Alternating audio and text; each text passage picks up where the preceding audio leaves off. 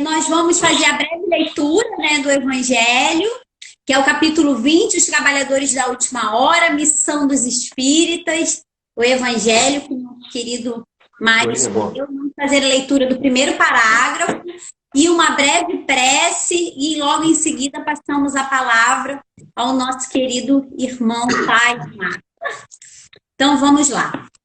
Capítulo 20, os trabalhadores da última hora. Nós faremos a leitura de um parágrafo, a mensagem do irmão Erasto, que nos fala assim: missão dos espíritas. Já não estás percebendo formar-se a tempestade que deve assolar o velho mundo e reduzir a nada a soma das iniquidades terrestres? Ah, bendizei o Senhor, vós que tendes posto vossa fé em sua soberana justiça, e que novos apóstolos da crença revelada pelas vozes proféticas superiores e de pregar o novo dogma da reencarnação e da elevação dos espíritos, de acordo com o bom ou o mau desempenho das suas missões e a forma como suportaram as provas terrestres. Vamos então, nesse momento, mentalizar o Senhor Jesus, os nossos amigos e benfeitores espirituais, nosso querido Jesus, querido irmão Vitor. Amado Deus, Pai de infinita bondade e misericórdia, agradecemos por mais esta oportunidade de estudo do Evangelho, redivivo na doutrina espírita. Pedimos as vossas inspirações ao nosso amado Mário Coelho, que possa nos trazer, à luz da doutrina espírita, esse grande esclarecimento dessas almas que foram à frente, nos mostrando o caminho dessa doutrina tão consoladora para as nossas almas. Que todos os lares, todos os irmãos que nos acompanham, possam nesse instante receber as benesses do amor de Deus. E assim, damos por iniciado mais essa tarefa de divulgação doutrinária desta noite. Que assim seja, graças a Deus. Graças a Deus. E vibrando com muita paz, passamos a palavra ao nosso amado paizinho querido, Mário Coelho, conosco. A segunda parte, né, do tema Autores Clássicos do Espiritismo. Vou procurar me ater hoje a 1h. Eu aviso. Nós terminamos, eu acho, falando de Ernesto Bozano, né? Uhum.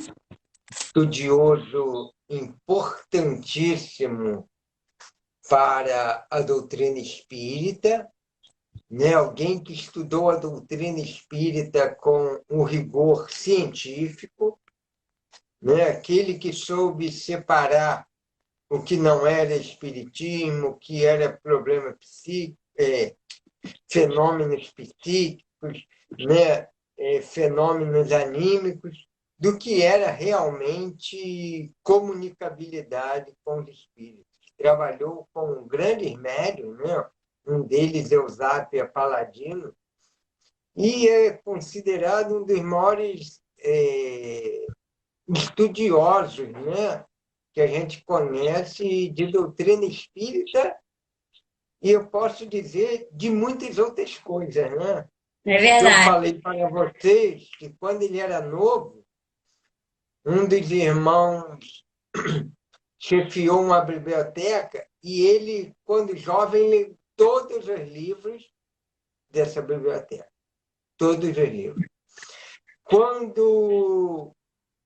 Até que ele, de tanto ler os filósofos, acabou se tornando, os filósofos mais modernos, se tornou materialista. Até que, quando ele leu o livro, se eu não me engano, do sábio russo Aksakov, ele se interessou pelos fenômenos e começou a pesquisar e acabou virando um baluarte aí da doutrina espírita. Como eu falei, ele tinha catalogado cada livro que ele leu, Leon Denis, Aksakov, depois Delane, Kardec, ele tinha catalogado por assunto todos os livros. Por exemplo, se ele... Voz direta, em cada livro ele sabia onde estava escrito voz direta. Ele tinha um arquivo próprio, um método próprio, que ele, imagina, sem computador, sem nada, sem drive, sem nada, sem copiar e colar. E um trabalho primoroso, né? Que hoje, infelizmente, a gente está deixando para trás. Um até dos objetivos da nossa live foi esse, né? Resgatar esses autores que são fundamentais para a gente compreender o Espiritismo. E ele escreve vários livros, né? A crise da morte, dos fenômenos da possessão, animismo, espiritismo, literatura de além-túmulo. Um outro livro também interessante, Os Animais Têm Alma. Olha que interessante. E a gente vai confirmar lá que os animais realmente, mesmo sendo uma inteligência fragmentária, já é o princípio inteligente ali se manifestando, muitas das vezes mostrando fatos até inteligentes que vão além do instinto, né? É verdade. E no livro dele, A Crise da Morte, eu acho muito interessante. E para aqueles que não acreditam na reencarnação, quando leem o livro A Crise da Morte, impossível não ver pela metodologia científica, o método positivo, 1 mais 2, que a reencarnação existe, né? Ele escreveu, como eu falei, um livro de literatura de além-túmulo. Né? Os livros são literatura de além-túmulo, em que o espírito Oscar Wilde dá mais de 300 provas de que era ele mesmo. Tal estilo, tais fatos, tais coisas que só pessoas íntimas sabiam. Então, a médium que deu a mensagem realmente confirmou ser o Oscar Wilde. A ponto de ser mostrada essa literatura de além-túmulo para um produtor desse de peça teatral, ele falou, eu não vou fazer essa peça. Por quê? Porque é de Oscar Wilde. Já passaram-se 50 anos da morte dele. Ele já está ultrapassado essa maneira dele de ver. Ou seja, confirmou que era o estilo dele, a maneira dele escrever, todas aquelas coisas. Então, ele está enterrado Ele está enterrado, se eu não me engano, Bozano. Não, Bozano não está no Père Lachaise, não. Quem está no Père Lachaise, eu acho que é o Oscar Wilde. Oscar Wilde, lá em Paris, que é aquele cemitério que hoje em dia é mais turístico, né? Não enterra mais ninguém, onde está Chopin, onde está Gabriel Delany, onde está um montão de gente assim, se eu não me engano, Gabriel Delany, mas o Oscar Wilde está. E devemos muito, então, a Ernesto Bozano, até mesmo o movimento espírita brasileiro. Por quê? Porque uma vez Caspar Schuttel, o grande bandeirante aí do espiritismo, que lá na cidade de Matão, lá no interior de São Paulo, né, consegue fazer a Revista Internacional do Espiritismo, que está até hoje, consegue fazer um jornal espírita, consegue fazer uma rádio de difusão Trabalhador espírita, incansável da divulgação, né? Que é um dos mentores de hoje do trabalho da internet. Quem quiser conhecer mais sobre esse trabalho que ele faz junto à internet, leia o livro Caspar Responde, da editora Celde, né? Leiam esse livro, é um livro mediúnico. Está com ele aí? Que eu arrumei aqui os livros. Não vou achar agora. Ele era para E aí, Caspar Responde através... Só um minutinho. Sabia? É esse aqui, ó. É um livro mediúnico, né, através de entrevistas feitas com o próprio espírito Cairbar Schutel ou através do médium Altivo Princípio, né, onde o pessoal que estava iniciando os trabalhos junto com a internet, que hoje em dia é o espiritismo.net, né, eles fizeram várias entrevistas em que Cairbar se apresentou e acabou mostrando que era um dos principais trabalhadores da difusão espírita pelos meios atuais. Né? E era uma época, né, pai, que só tinha o ICQ, né? A divulgação, acho que é bom a gente falar, né? Que era no ICQ. Não, IRT, né? Era uma coisa ainda bem rudimentar, era o início ali, né? Das mídias sociais e o trabalho da divulgação já estava começando e Caibá já orientando, né? As palestras eram digitadas, né? Eram, exato. Digitada. As pessoas iam fazendo pergunta, tinha um digitador que a gente dizia que era nosso médium e a gente ia respondendo as perguntas ao vivo. Então Cairbar Schutel uma vez uma vez o Ernesto Bozano viu o trabalho de Cairbar Schutel, chegou até a mão dele volume lá da Revista Internacional do Espiritismo, e Ernesto Bozano chegou e escreveu para Cairbar Schutel. Nossa, admirado, né, do dinamismo dele, de estar numa cidade pequena, de fazer tanto pela difusão, né, da doutrina espírita. E nessa época, Getúlio Vargas tinha pretensão aí de fechar todos esses movimentos, né, que agrupassem as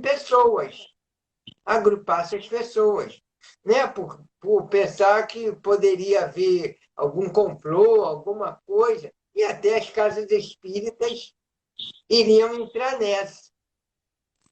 Então, o que aconteceu? Cairbar Schutel escreve para o presidente Getúlio Vargas, falando da excelência do espiritismo, que era uma doutrina voltada para o conhecimento da vida pós-morte, da relação dos espíritos para conosco, da reencarnação, e junto anexou lá também a carta de Ernesto Bozano. Nossa, não conhecia esse fato. O Ernesto Bozano, um sábio conhecido, né, bastante conhecido, quando o Bozano diz, quando Getúlio Vargas vê aquilo e diz, poxa, se Ernesto Bozano se preocupou com esse assunto, é que realmente é uma coisa séria.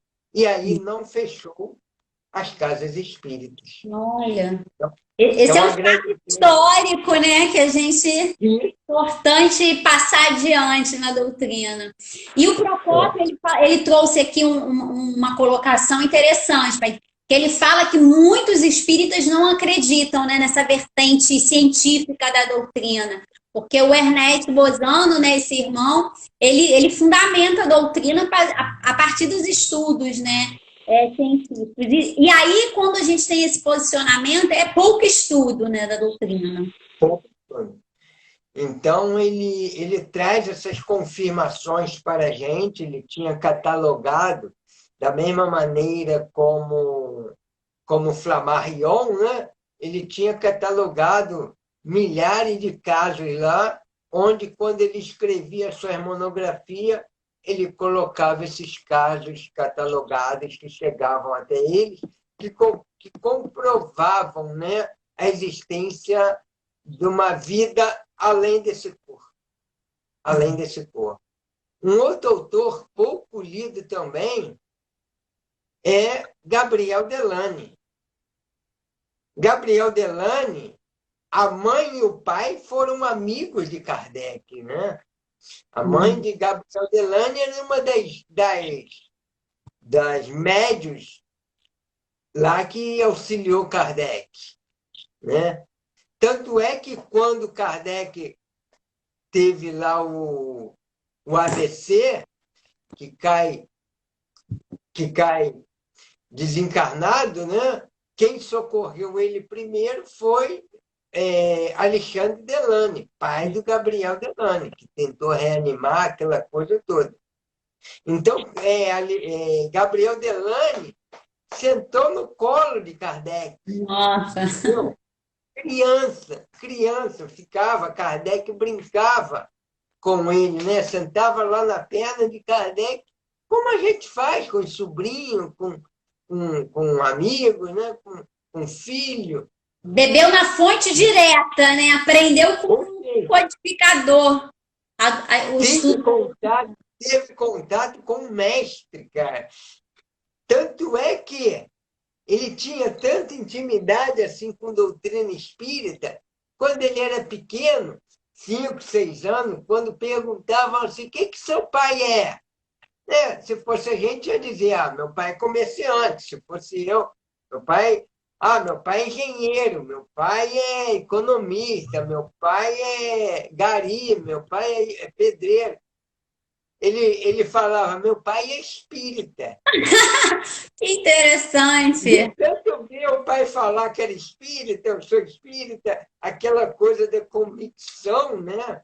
De estar toda hora falar sem medo de que era espírita, falar com toda convicção, falar com orgulho, né? Ele dizia, na inocência dele de 5 anos, meu pai é espírita. Meu pai é espírita. Olha, então, Gabriel Delane foi um dos autores que melhor entendeu perispírito. Se vocês leem as obras, quiserem saber sobre perispírito, bastante, leiam as obras de Gabriel Delane. Super dica de estudo, hein? Ele tem uma obra fantástica,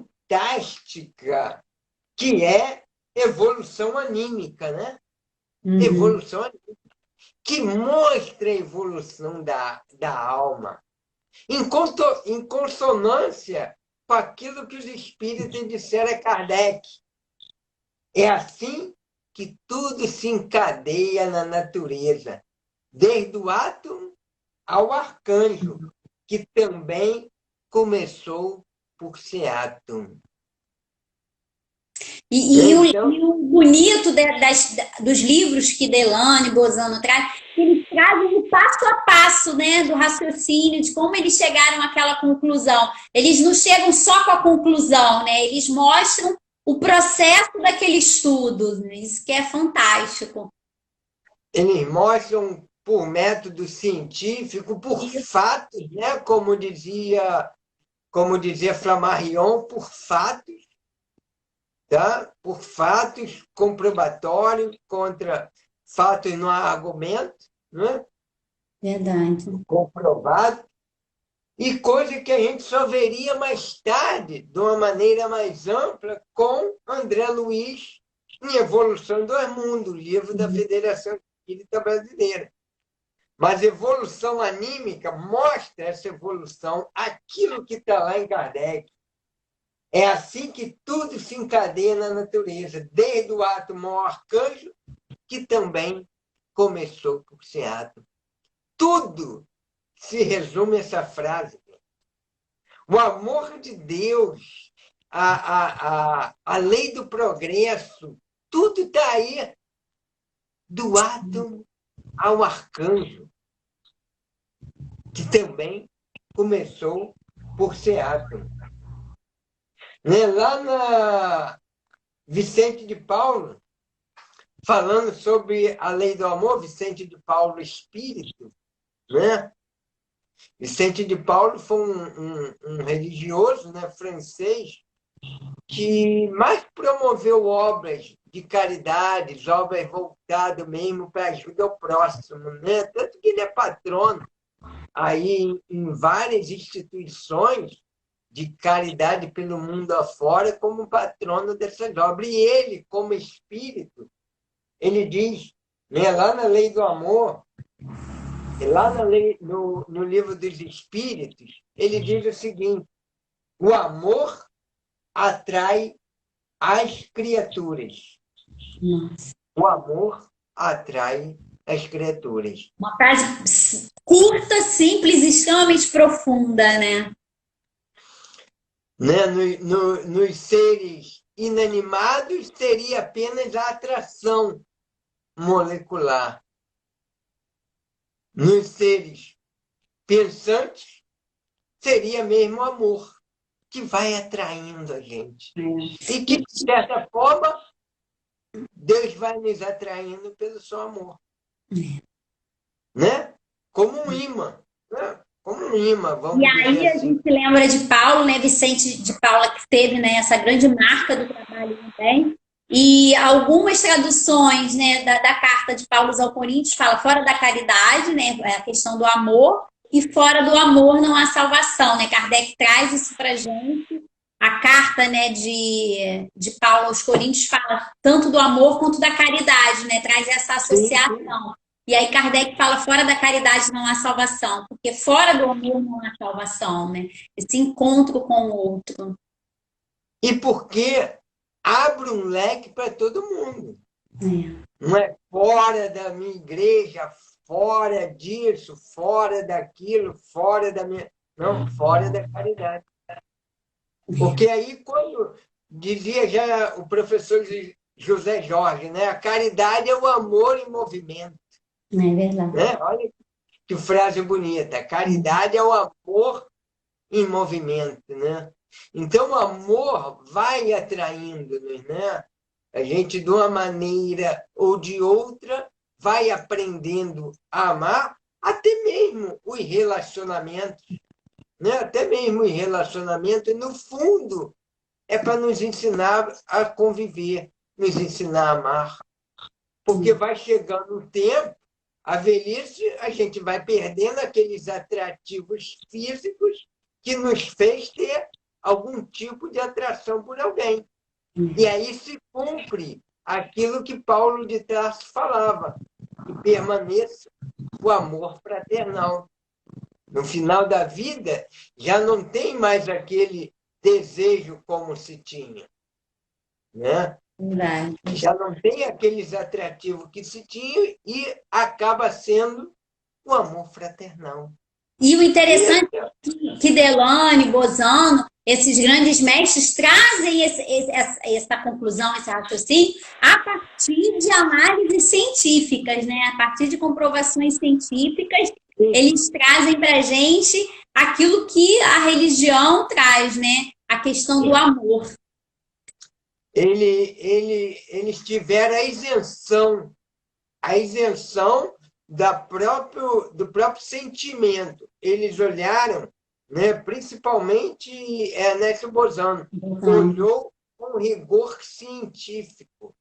E eu acho que dá mais valor à obra dele, né? Porque ele não foi nessa busca religiosa, comprovar algo religioso, né? Ele foi na busca da avaliação e observação dos fatos, né? Sim, sim, sim. Como fez o próprio William Crookes, né? William Crookes, um homem com aquela reputação toda, né? Conhecido como era no mundo científico, né? Trabalhou lá com os raios catódicos, que depois possibilitou que a gente inventasse os tubos de televisão, né? Descobriu o elemento tálio, né? Como eu falei, o elemento tálio lá da tabela periódica. Então, o cientista daquele tem a coragem de dizer: já não digo que isso é possível, digo que isso é real. Né? E um olhar científico, né, sobre isso. Eu gosto muito de destacar, porque a doutrina ela foi comprovada cientificamente por cientistas, né? Isso que é o grande tesouro, né, desse momento da doutrina. Né? Não foi só uma inspiração, né? Saiu o próprio Kardec, né? Ele tem uma metodologia científica para analisar todas as mensagens. Sim. E o Caneca interessante, personalizada. muito bom.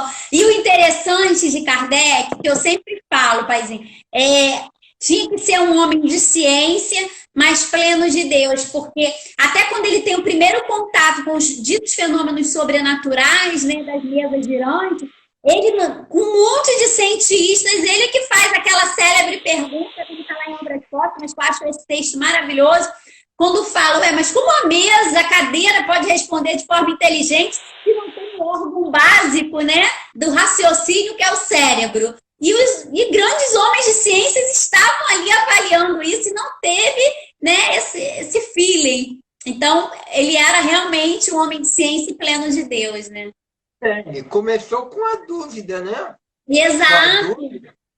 Pensou, será que não é magnetismo? Ah, tá. Então isso existe. Será que não é magnetismo? Até porque ele conhecia de magnetismo. Sim. Estudou mais de 30 anos magnetismo. Né? Ou seja, magnetismo é uma coisa séria, né? Senão, um homem como Kardec não estudaria uma ciência dessa durante 30 anos. Por isso que agora a gente quer falar de um livro importantíssimo daquela época, editado pelo CEL, Teoria e Procedimento do Magnetismo. Eu sei que fica ao contrário aí, né? Imagem de espelho, mas Teoria e Procedimento do Magnetismo, em que Hector D'Urville ele pega todos os autores de magnetismo, desde Mesmer, e vai falando sobre a teoria de cada um deles, como eles viam o magnetismo e como eles aplicavam, como aplicavam o magnetismo na arte de curar. Então, por isso que o Santo Espírita Leon Denis publicou esse livro, era um desejo do nosso presidente anterior, né, presidente fundador, o tio Porfírio. Era um desejo dele de publicar essa obra e, depois dele desencarnado, nós conseguimos, né, publicar esse livro, que era uma vontade dele. Né? A gente coloca isso até no prefácio do livro. Está lá no E uma prefácio. coisa assim, que eu vejo muitas pessoas falando, né, que estudam a doutrina, que acham esses livros difíceis.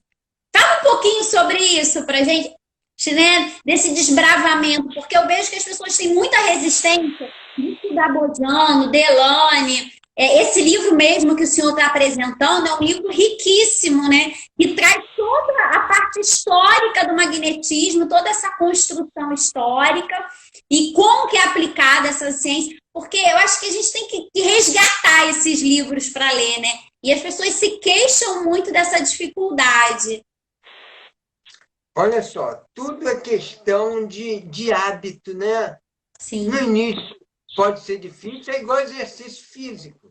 Quem faz exercício no início, tu não consegue andar 1 quilômetro, daqui a pouco tu está andando 2, daqui a pouco tu está andando 3, daqui a pouco tu está tendo prazer com aquilo, é questão de hábito. Claro que você vai ter gosto pessoal, né?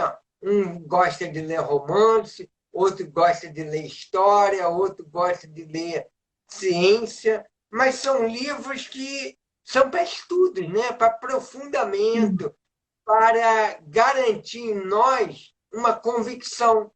Melhor dizendo, para fortalecer em nós uma convicção. Convicção. Mas, deixa eu Então, só ver o pessoal que o Procopio falou que ele está sem som. Está sem som para vocês? Porque para mim o som está ok. Só esperar para ver se o pessoal vai responder, porque voltou. O Procopio falou que voltou. Pode ir. Então, é um livro, Teorias e Procedimento do Magnetismo, em que fala de todos os magnetizadores, sua maneira de ver o magnetismo e as técnicas que ele usava, que hoje em dia se usa também nos passes espirituais, né? Eu ia falar isso agora. os chamados passes de cura, né? Por que, que não dá passe de baixo para cima? Como é que se dá o passe, né? Que é uma dos procedimentos, né, que nós utilizamos. O magnetismo como terapêutica, né? Como terapêutica, como adjuvante de todas as outras terapêuticas que a gente conhece. Né? E Ninguém aí, vai abrir mão. e aí agora você Ninguém trouxe vai um abrir ponto mão. interessante, porque não basta boa vontade, né, no trabalho do tratamento espiritual, de querer se doar para o outro. É preciso estudo para poder aplicar muito bem a técnica, né, do magnetismo, você poder aproveitar bem o seu fluido. Porque muitas pessoas também, às vezes, se queixam, né? Que tem o desejo, a boa vontade, mas por que tem que estudar tanto para poder fazer o trabalho, né? E aí agora está a resposta. Claro que, Luísa, nós não seremos magnetizadores, né? Estaremos ali na condição de médium. Mas se Isso. você tem o conhecimento, facilita a intuição, facilita o trabalho, facilita você saber como funciona, né? Como é que os espíritos vão utilizar você, né? na hora do tratamento espiritual pelo espaço. Então, ninguém abre mão de suas terapias, né? Continue lá com o seu remédio, mas pode ter a ajuda do magnetismo, seja no tratamento das doenças orgânicas, psíquicas, mentais e espirituais. E até para o mentor espiritual poder se utilizar melhor desse médium, né? Poder dar, como você falou, as intuições e ele saber verdadeiramente o que ele deve fazer, né? Ah, mas preciso disso. Será que eu não vou ser médium se eu não fizer isso? Claro que vai. Mas você fica melhor aparelhado, né? Você fica melhor aparelhado. E tem uma coisa que eu acho que é interessante, né, quando a gente estuda. A gente adquire a disciplina, né? Porque, às vezes, o médium sem estudo é uma coisa que eu observo muito. Por exemplo, o médium que não tem estudo, a gente faz muitas coisas, assim, do nosso jeito, né? E eu acho que tem que abrir muitas interrogações aí, né? Sim, sim. Perde-se uma segurança mediúnica nisso, né? Você vê, o magnetismo é tão importante que Kardec dizia que a doutrina espírita era uma doutrina irmã do magnetismo. Nossa, essa frase eu não conhecia. Irmã, lembra quando eles falam de pessoas que se encontram, mesmo vindo de longe, acabam se encontrando, se simpatizando? Kardec pergunta por que eles dizem assim, são almas que se buscam no meio da multidão. O magnetismo é a ciência, é o piloto dessa ciência que mais tarde conhecereis melhor. O piloto dessa ciência que mais tarde conhecereis melhor.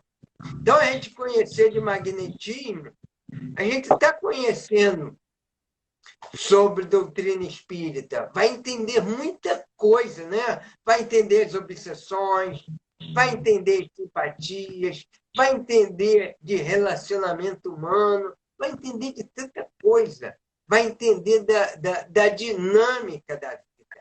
Não é uma doutrina que está enterrada. Por isso tem muitos livros saindo sobre isso, resgatando.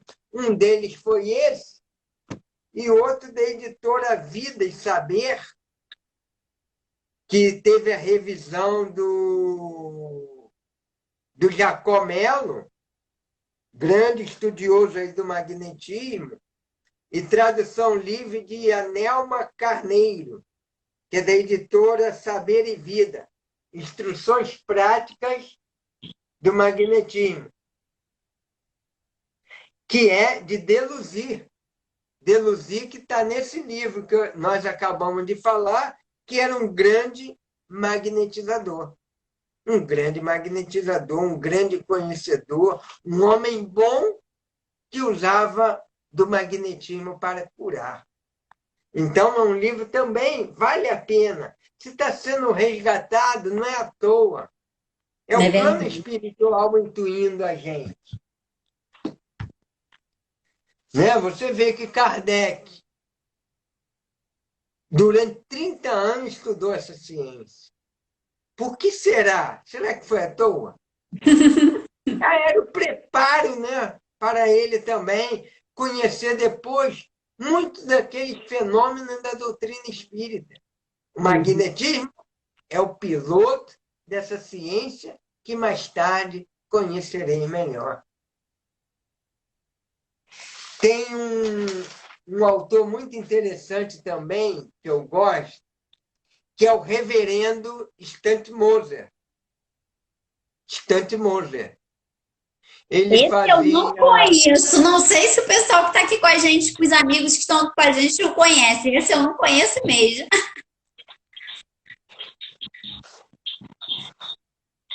reverendo Stant Moser, também é um, um estudioso bastante interessante, né? Porque ele começou a ter fenômenos psíquicos junto a ele. Ele começou, deixa eu ver se eu acho aqui.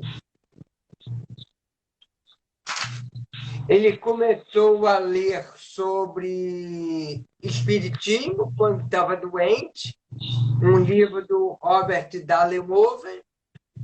Começou a ler esse livro, que é um autor antigo, e a partir daí ele começou a ter uma série de fenômenos mediúnicos. Fenômenos mediúnicos. E os espíritos falavam através dele. Aqui, achei. O nome do livro que ele leu, que se interessou, foi do Robert Wallenhoven, que é Região em Litígio, que foi editado pela FEB. Esse livro fez com que Wallenhoven se interessasse por essas coisas. Até Não, que nunca foi ouvi isso. fazer lá. Ele estava hospedado na casa lá do médico. Naquele tempo as pessoas tinham essa facilidade, né? Pô, tá doente, tá meu amigo, fica aí hospedado. Ó, temos E a, 10 minutos. e a esposa dele deu o livro para a esposa do médico, doutor Espia, deu esse livro, Região em Litígio, que é até editado pela FEB, deu para ele. Eu também não E ele, conheço esse livro. Estante Moser, começou a fazer. Eu esqueci o nome agora do livro dele, mas também é editado aqui no Brasil. Estante Moser. Se escreve assim, ó. Stantion Moses. Stantion Moses. Stantion Moses. E aí ele começou a fazer uma série de reuniões com mesinhas. Ele começou a ter um montão de fenômenos. Daqui a pouco, passado o tempo, começa a ter mensagens psicográficas. 3 espíritos diferentes. Um se autodenominava Doctor, outro se autodenominava Hector e o outro Imperator. O Hector, para ele, era o que mais cansava ele. E ele tinha várias provas, né? Ele às vezes falava, isso é da minha cabeça mesmo. Teve uma vez que ele falou, se não é da minha cabeça, eu quero que vocês escrevam aí, fez o desafio para os espíritos. Ele médio. Eu quero que vocês escrevam aí o 8º livro lá que está na biblioteca, que ele não sabia qual era, da segunda estante, que vocês escrevam lá o 3º parágrafo da página 184, por exemplo. O espírito foi escrever igualzinho estava lá. Para dar provas a ele, né? Para dar provas a ele. Então, ele vai quebrando vários aspectos que ele conhecia como teologia, crença em demônio, né? Os espíritos falam para ele, ó, não existe um demônio tal como a teologia inventou. Os bons e os maus existem, mas cada um submetido à autoridade de poderosas inteligências, ou seja, os bons regidos por bons espíritos, os maus, às vezes, regidos por inteligências maléficas.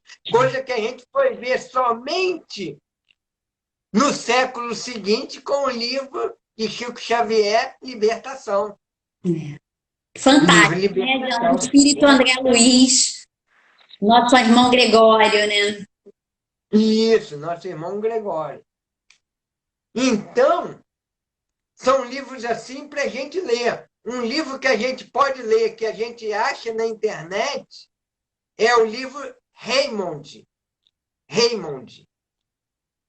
Que para nós seria Raimundo, né? Do cientista Oliver Lodge. Ele escreveu mais de 40 livros. Mais de 40 livros. Ele foi um dos pioneiros da telegrafia e dos sinais do rádio. Um ano antes do Marconi inventar o rádio, ele já tinha começado as experiências. E um ano depois do Tesla começar aqueles estudos lá, que hoje em dia a gente conhece aí o Wi-Fi graças ao Tesla, né? Que começou com transmissão de energia. Então, esse livro Raymond, ele sai à procura de vários médicos, porque o filho tinha morrido na Primeira Guerra Mundial. Tinha morrido na guerra. E ele sai à procura e encontra médios que dão realmente provas cabais, coisas que às vezes só eles conheciam, coisas que nem ele e a mulher conheciam, só os filhos. Então, e aí a gente vê, né, pai, a importância que foi essa primeira fase do espiritismo, né, da questão da ciência, da comprovação dos fatos espíritas, e logo depois a gente tem a riqueza da literatura espírita por Chico Xavier, né, que traz todo esse esclarecimento do mundo espiritual através da sua mediunidade. Ou seja, um primeiro momento foi a ciência comprovando os fatos espíritas, e o segundo momento, né, a mediunidade trazendo para a gente essa riqueza. Porque o Parnaso de Além Túmulo, eu sou apaixonada por essa obra de Chico, porque traz ali vários autores, né, que estiveram encarnados e trazem ali a sua marca na literatura, no Parnaso de Além Túmulo. É um livro, assim, extremamente fenomenal, mediunicamente, né? Se fosse uma cópia, um pastiche, né, uma cópia de estilo, um dos entendidos falou que o Chico deveria estudar pelo menos uns 50 anos para pegar o estilo de todos eles. Pois eram jovens, 17 anos, se eu não me engano. Né? É uma obra-prima. E foi a primeira obra, né, que ele traz, foi essa primeira obra, e logo depois vem as outras, né? Já mostrando quem era esse médium. Agora, quem puder ler o livro do Oliver Lodge, tem na internet, pode também comprar e pode também baixar em PDF. Então, ele tem vários assuntos. Né? Temos 5 minutos, 5 minutinhos. 5 minutos é uma eternidade. O Raymond, num desses diálogos através dos médios, né, depois de já ter dado tantas provas, porque no início eles vão pedindo prova. Quando eles têm a certeza que realmente é o Raymond, era o familiar dele, era o filho dele, a mãe tem a certeza, os irmãos passam a ter certeza, eles começam a fazer entrevistas para ele contar como era. Aí tem um fato lá muito interessante. Ele diz aqui, tem uma biblioteca que eu fui... Obrigada, Procópio. Procópio botou o nome do autor do livro. Ele fala assim, tem uma biblioteca que eu fui aqui no mundo espiritual que há livros que vocês conhecem, os livros que vocês já publicaram. E há livros que aparecerão um dia. A matéria desse livro será impressa em algum homem, e ele será o autor. Ou seja, algum escritor pegará essa ideia do plano espiritual e ficará como autor. Olha que interessante. Tem uma mensagem do espírito Ivone Pereira que ela diz que se surpreendeu quando viu Memória do Suicida, como ele foi programado e como ele escreveu. Porque Leon Denis, quando escreve o livro, prepara o livro, ele já tinha preparado ele no plano espiritual, né? E passou aquilo, e passou aquilo que o médium conseguiu perceber. Né? E ela diz que achou que ficou aquém daquilo. Pô, e é uma obra monumental. Uma obra assim. E vamos marcar uma live sobre essa obra, viu? Já estou com ela na cabeça.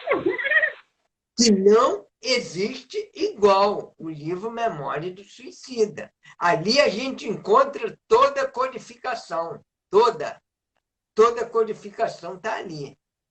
E ela dizer que ficou aquém, imagine nós. E é uma obra que você estuda, reestuda e está sempre aprendendo, né? Eu vejo sempre isso. Quando eu pego memória para ler, eu falei, gente, parece que eu nunca li essa obra. Tem sempre algo novo. Por isso que alguns autores dizem que as obras vieram prontas dentro da cabeça dele. Né? A escritora, uma escritora aí desses clássicos aí que viraram clássicos de adolescente que viraram filme, né? A gente não vai citar o nome por não poder citar nome. Acho que é a mesma que eu pensei. Isso. Né? De adolescente famoso, teve até uma série, 3 livros ou 4. Ela diz que um dia estava endividada, estava dentro do metrô, e a história entrou dentro da cabeça dela como que pronta. E só para finalizar, eu sei que eu só tenho 2 minutos. Mas o senhor vai voltar, a gente vai marcar novamente o Memórias. Quem sabe mês que vem? Vamos falar do Memórias, né? Um livro recente, publicado pela DPL, editora, Os Pioneiros do Espiritismo. Tem pioneiros aqui que vocês nunca ouviram falar. Nunca. Preciso adquirir esse livro, esse vai para a lista. Ele pegou aqui uns 100 pioneiros, uma parte ele vai só falando dos pioneiros, outra parte é o depoimento desses pioneiros acerca do espiritismo e dos fenômenos espíritas. Olha. O que se tornar espírita, como se convenceram. Então, é um livro fabuloso de J. Malgras. Mostra de novo a capinha para gente, Os Pioneiros do Espiritismo. Da editora DPL. Para vocês verem que vocês não conhecem eles, algum dos pioneiros. Eu poderia falar horas sobre eles. E um outro livro, já que eu citei, e defendi a pessoa dele. Por quê? O Procópio acabou de botar aqui uma coisa interessante. O quadro Martírio de São Diniz foi pintado por Bonnat, mas segundo o livro Mensageiros, essa pintura já existia no plano espiritual e ele retratou o que viu. Confirmo o que o Raymond disse.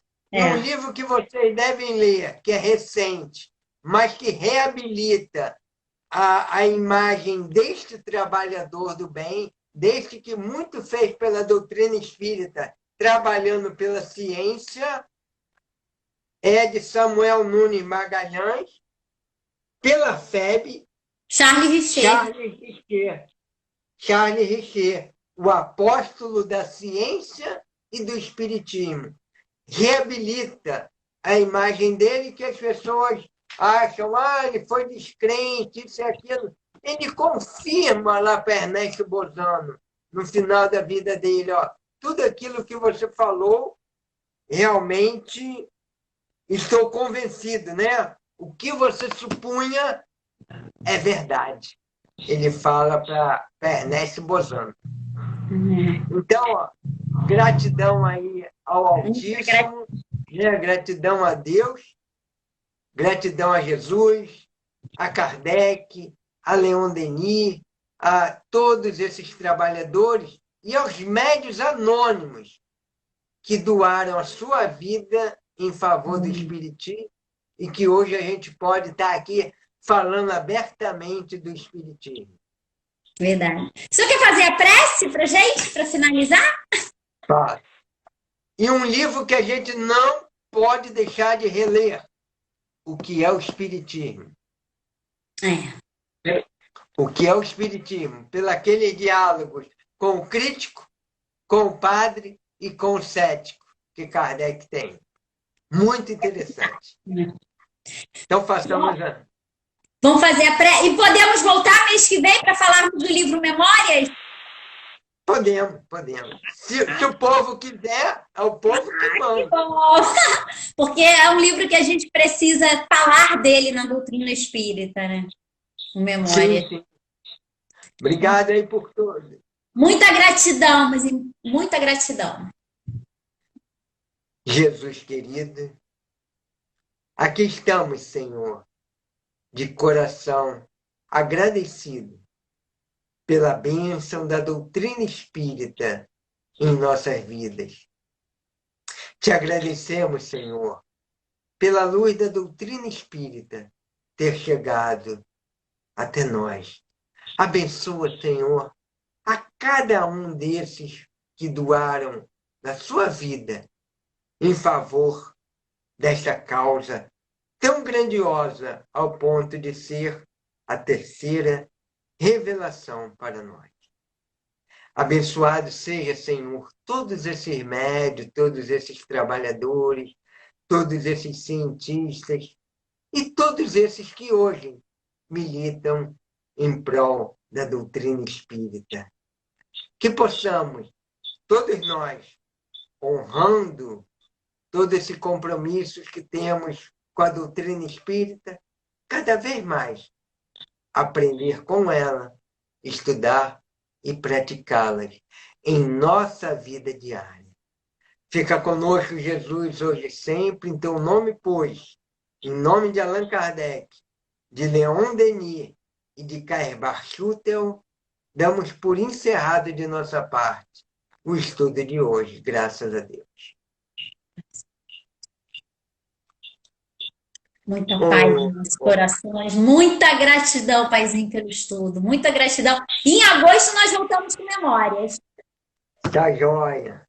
Muita luz em todos os lares, que tenhamos muita paz ao término da nossa noite e muita vontade, depois dessa live, da gente estudar cada vez mais a doutrina espírita. Procópio, a gente está te aguardando aqui para uma live, hein? Tá joia. Um beijo a todos. Eu vi o comentário de todos aí. Obrigado pelo carinho, tá, gente? E essa live, ela vai ficar no YouTube a partir de domingo. Domingo ela já está no YouTube, para todos que quiserem assistir. A do senhor já está lá, a primeira live. Tá joia. Obrigado, filho. Um beijo a todos. Muita paz nos corações. É só você sair que eu não sei sair. Tá, eu vou sair e a live já vai entrar no Instagram, assim que a gente termina. Eu sou igual aquele camarada que dizia que fazia chover. Até que impressaram ele na parede. Pô, tu vive falando que faz chover aí. Ele falou, eu só não vou fazer chover porque eu só sei fazer chover, não sei fazer parar de chover. Tá ótimo. Eu não sei ligar, não sei como é que desliga. Vou desligar aqui, já tô saindo.